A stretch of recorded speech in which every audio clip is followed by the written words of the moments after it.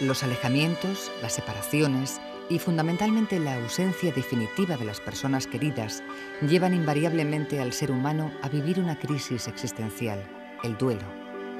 El crecimiento de cada individuo y la posibilidad de trascender el dolor depende de la actitud con que enfrente esta situación. Las decisiones que se tomen irán delineando el futuro. Vivir implica tomar decisiones constantemente, pero existen casos en los cuales la decisión a tomar es particularmente delicada. Aceptar la ausencia de las personas a las que se ama, escoger un camino a partir de esas ausencias, son situaciones que generan inseguridades y temores. La persona que vive un duelo debe dar una respuesta a este desafío. El duelo es un proceso activo que requiere de la participación del individuo, de su acción y de cambios personales. El duelo es la respuesta normal, emocional normal, frente a la pérdida de lo inmensamente querido, así decía Freud, frente a una pérdida muy significativa. Sobre todo aquellas pérdidas que contrarían la evolución normal, biológica, dado que la muerte de los mayores es aceptada con cierta resignación porque han cumplido bien o mal su proyecto de vida. En cambio, la muerte de los más jóvenes es la que genera los duelos que más conmocionan, los duelos más dolorosos, ¿no? El duelo es un proceso en el cual se diferencian distintas etapas.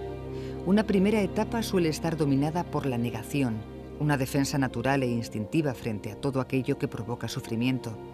La sensación de extrañamiento también se da en estos primeros momentos. El individuo se siente extraño y siente extraño a su entorno. La crisis emocional ha impedido que pueda asumir y aceptar los grandes cambios que produce la ausencia. El resentimiento, que impone la necesidad de buscar culpables, es otro de los sentimientos que se experimentan en el proceso del duelo. Aunque la tristeza, el desinterés y el abatimiento suelen ser frecuentes, la persona comienza a darse cuenta que para seguir viviendo no se puede continuar del mismo modo, que se debe aceptar la pérdida e intentar ponerse en marcha, tomar decisiones. El tiempo transcurre y en algún momento alguien, un terapeuta, un religioso, un amigo, instala en la persona una luz de esperanza. Se impone la necesidad de aprender a convivir con las cosas que no se pueden cambiar, de reorganizar la escala de valores que hasta el momento ha servido de guía, de reinventar la relación con la persona que ya no está. Se hace imprescindible imaginar un nuevo proyecto que aleje el sinsentido de una vida sin mañana. Al hablar de proceso estamos hablando de fases dentro de ese proceso que se extiende en el tiempo, que no tiene un tiempo cronológico, si bien desde el punto de vista a veces de lo legal o administrativo se le pretende dar un tiempo, así como una mamá que ha perdido a su hijo puede faltar 3 días al trabajo. El duelo no tiene un tiempo cronológico, tiene sí un tiempo interior en el cual se van atravesando distintas fases de ese proceso. Es fundamentalmente un proceso emocional. Si lo pensamos bien, esto quiere decir que lo que provoca esa reacción emocional es la incertidumbre del hecho de la muerte. Si supiéramos seguro lo que pasaba después de la muerte, pues realmente a lo mejor tendríamos distintas reacciones. El proceso del duelo en sí, a pesar del dolor, no reviste ninguna patología ni requiere la administración de psicofármacos durante su transcurso. Tampoco sugiere inicialmente la necesidad de ninguna intervención psicoterapéutica. Los especialistas destacan que existen casos puntuales en que sí la intervención terapéutica puede ser necesaria. Tenemos que estar atentos a no pensar que el proceso de un duelo significa una patología o una enfermedad, porque no lo es. Habíamos insistido en decir que es la respuesta normal frente a la pérdida, y eso es lo que es la respuesta normal frente a la pérdida, y el ser humano cuenta con mecanismos psicológicos y emocionales suficientes como para poder trascender el dolor que significa un duelo. Es decir que, y esto es un concepto que habría que subrayar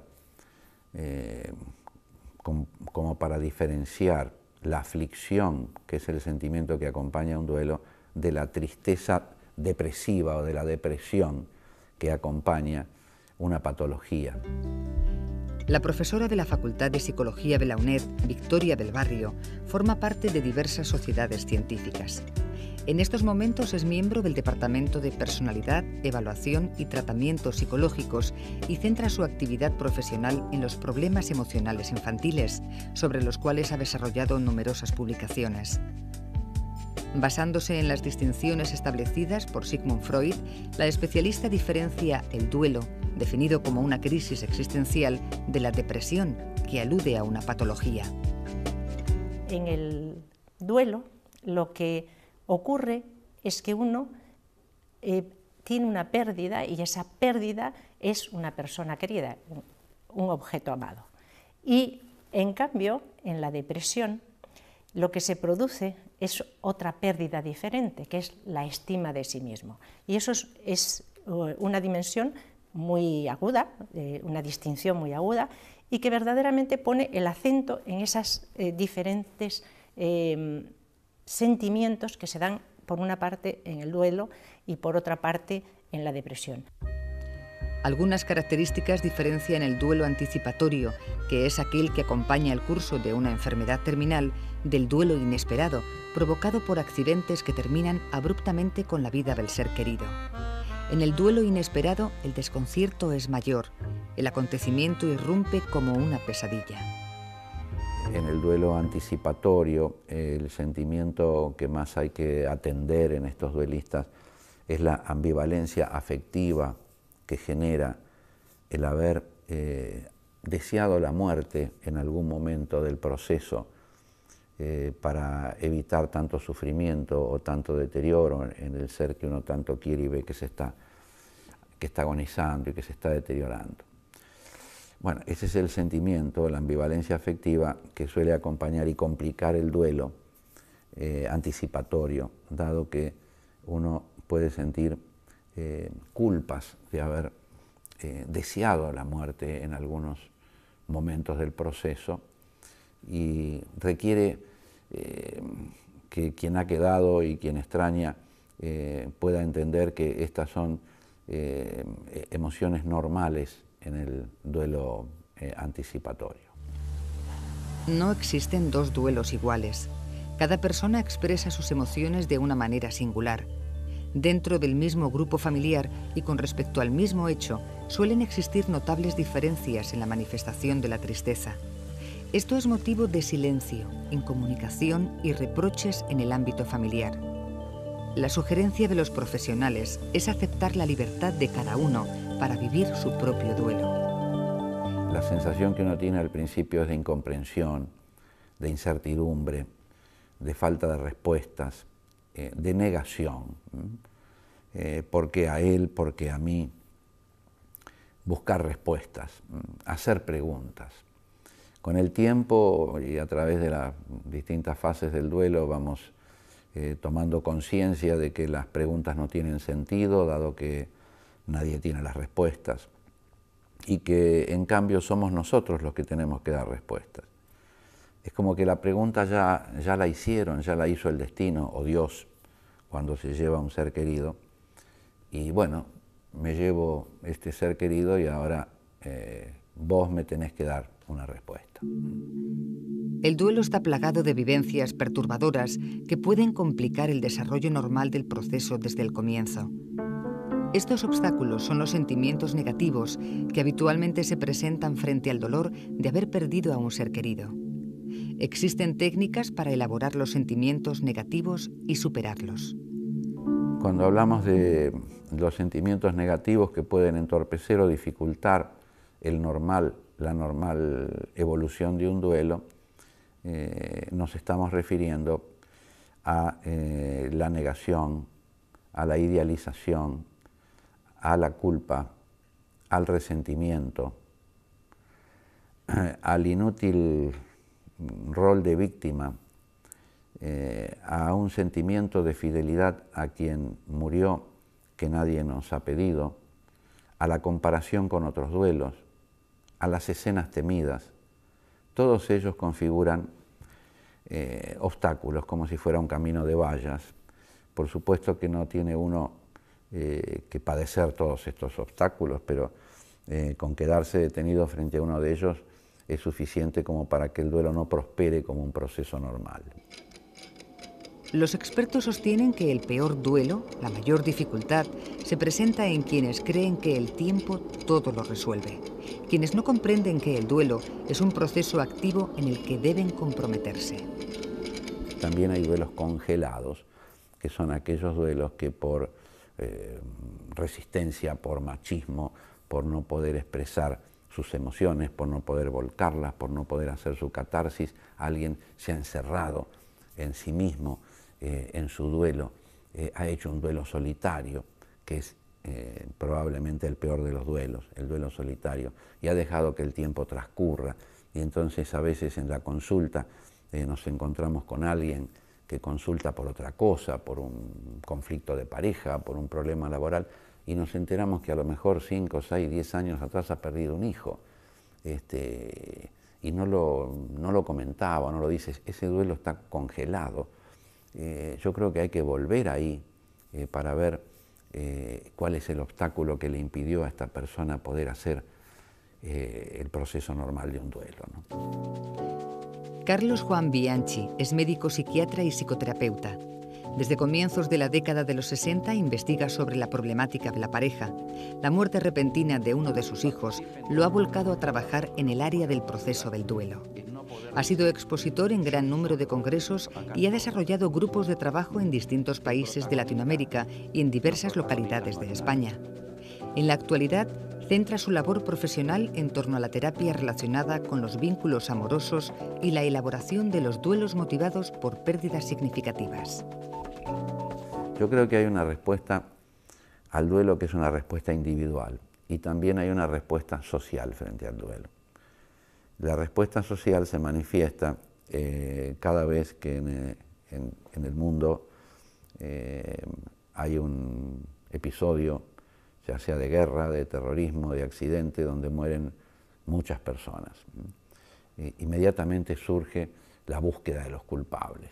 ¿Quiénes son los responsables? ¿Quiénes tienen que ir a la cárcel? Bueno, esto sería una respuesta social frente al duelo, que no digo yo que no haya que implementarla ni que esté mal, pero lo que también digo es que hay una respuesta individual. Si murieron 190 personas en un accidente y se encuentran los culpables y se los pone presos o se los castiga de algún modo, eso no quiere decir que los deudos de esos 190 personas han quedado, bueno, ya está, todo terminó, ahora la vida continúa. No, sigue un proceso individual, que es que a cada uno le está faltando uno de esos 190. Y este es de lo que estamos hablando, del proceso del duelo a nivel individual. En su página web, el médico psiquiatra y psicoterapeuta desarrolla cada una de las facetas y particularidades del proceso del duelo. Allí se puede profundizar en sus obras publicadas y también es posible consultar escritos aún inéditos. En un apartado se detallan los talleres y grupos de reflexión que ha brindado en distintos países, así como sus próximos encuentros terapéuticos y conferencias, muchos de ellos en España. La profesora Victoria del Barrio destaca los ingredientes sociales que se presentan en todo duelo, como es el caso del luto. Esa reacción emocional tiene unos ingredientes sociales y mentales, diríamos, ¿no? Los sociales, pues es el luto. El luto es la regulación social respecto de lo que hay que hacer cuando uno está triste porque una persona se muere. Y es completamente cambiable en función de las distintas culturas. Incluso los tiempos del duelo están regulados socialmente. El terapeuta debe plantearse objetivos muy concretos si quien solicita su ayuda padece el gran dolor que ocasiona todo duelo significativo. El individuo suele acercarse a la terapia sin tener muy en claro cuál pueda ser la utilidad, generalmente con la certeza de que solo no puede encontrar una salida a la situación. Acude a la consulta profesional debido a la urgencia y la desorientación frente a lo irremediable, pero sobre todo necesita hablar y ser escuchado.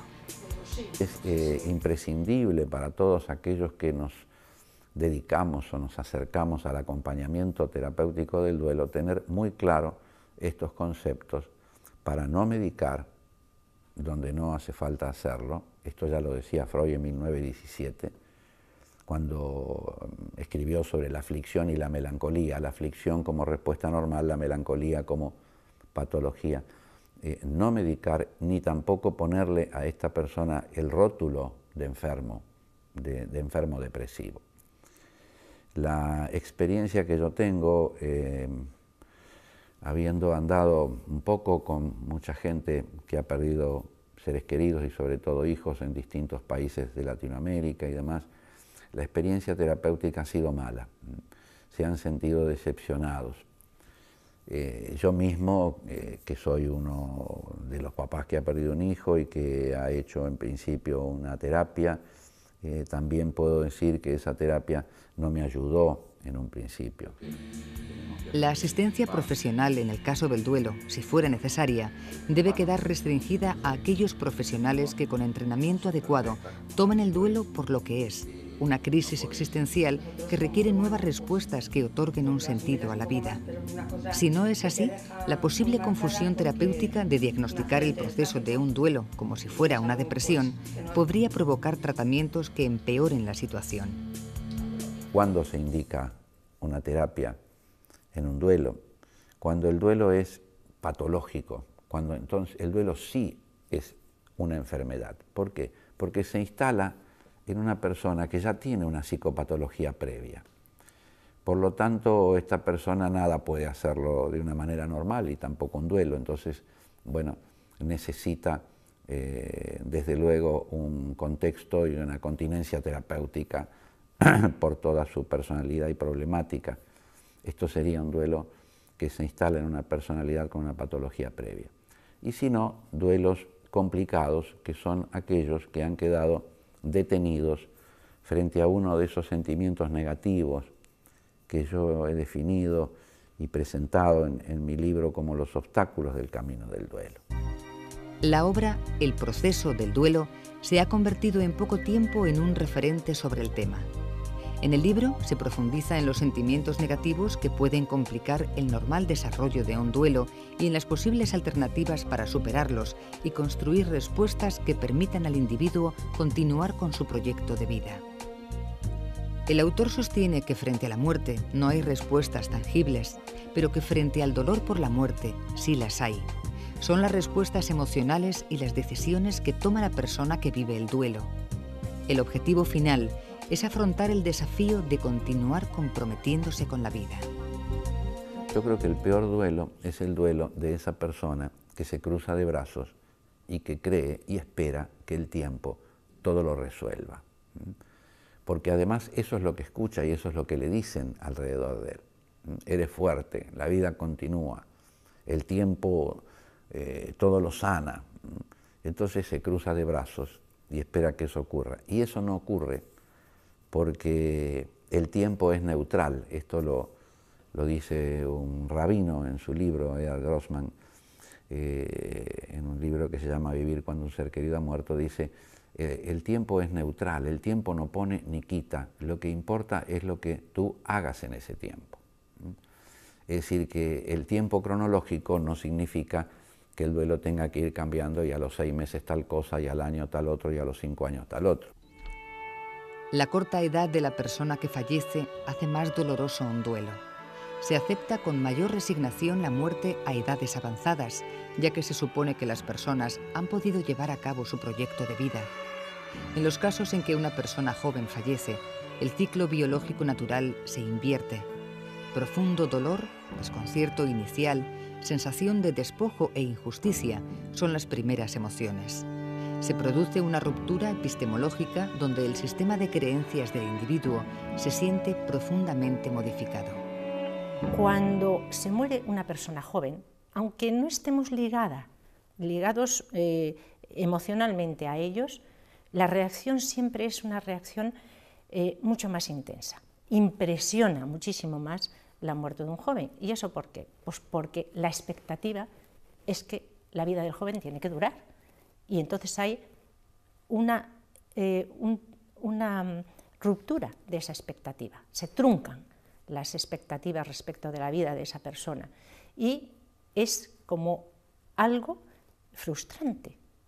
Tú piensas que eso va a durar, tienes una pretensión respecto de esa persona, que va a tener una vida mucho más larga, que va a tener hijos, que va a tener una profesión, que va a tener una creación personal, y eso se acaba.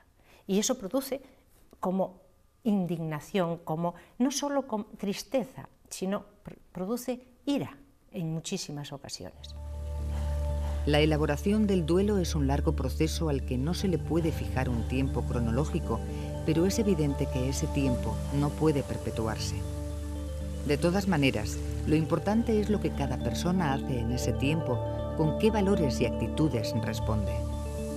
Ver el dolor de los demás significaría trascender nuestro dolor para llegar con nuestra comprensión o con nuestra ayuda, si pudiéramos, al dolor ajeno. Eso sería la trascendencia del dolor. Pero no se puede hacer si previamente no hacemos el egocidio, es decir, si no podemos superar un poco nuestra vanidad, nuestro orgullo, nuestro amor propio, que nos hace pensar que somos el ombligo del mundo y que todos deben cuidarnos.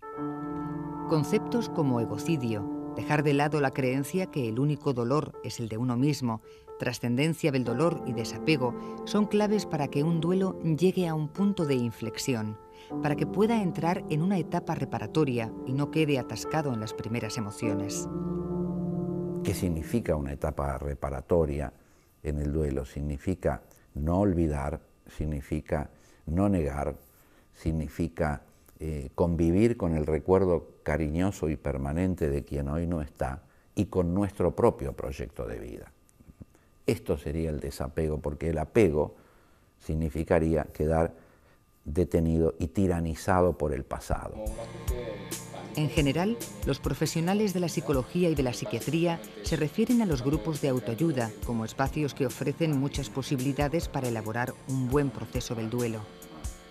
Estos son grupos de personas que comparten una experiencia de vida en común y que se reúnen con la finalidad de trascender su dolor.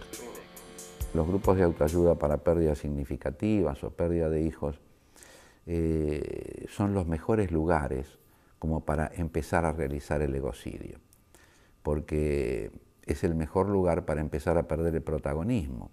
Es decir, si yo estoy en una reunión social donde hay 20 personas y el único que perdió un hijo soy yo, el protagonismo es mío.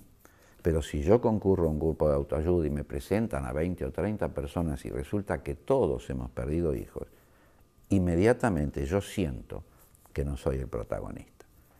Inmediatamente se genera un lenguaje común, se genera una comprensión que es la que existe en aquellas personas que han atravesado experiencias similares. Los grupos que tienen ese mismo problema son muy positivos para generar esa facilitación de la salida de la emoción, porque saben que todos los individuos de ese grupo están sometidos al mismo sentimiento y entonces se produce una simpatía. Y en esa simpatía es en donde realmente la comunicación de la pena es más fácil, porque piensas que no le estás contando a alguien y amargándole la vida con tus problemas, sino que todo lo contrario, se produce una comunicación de la misma problemática y además una compañía, que eso también es muy importante, sumamente importante para producir una dulcificación de la tristeza. Yo no digo que el grupo de autoayuda para pérdida significativa o pérdida de hijos sea el único lugar. Digo que es un muy buen lugar. ¿Por qué digo que no es el único lugar? Porque hay quien no ha concurrido a un grupo de autoayuda y ha podido hacer un duelo normal, a lo mejor acompañado por sus propios familiares, sus propios afectos, o por un terapeuta o por un sacerdote. Es decir que, insisto, no es el único lugar, pero es un muy buen lugar.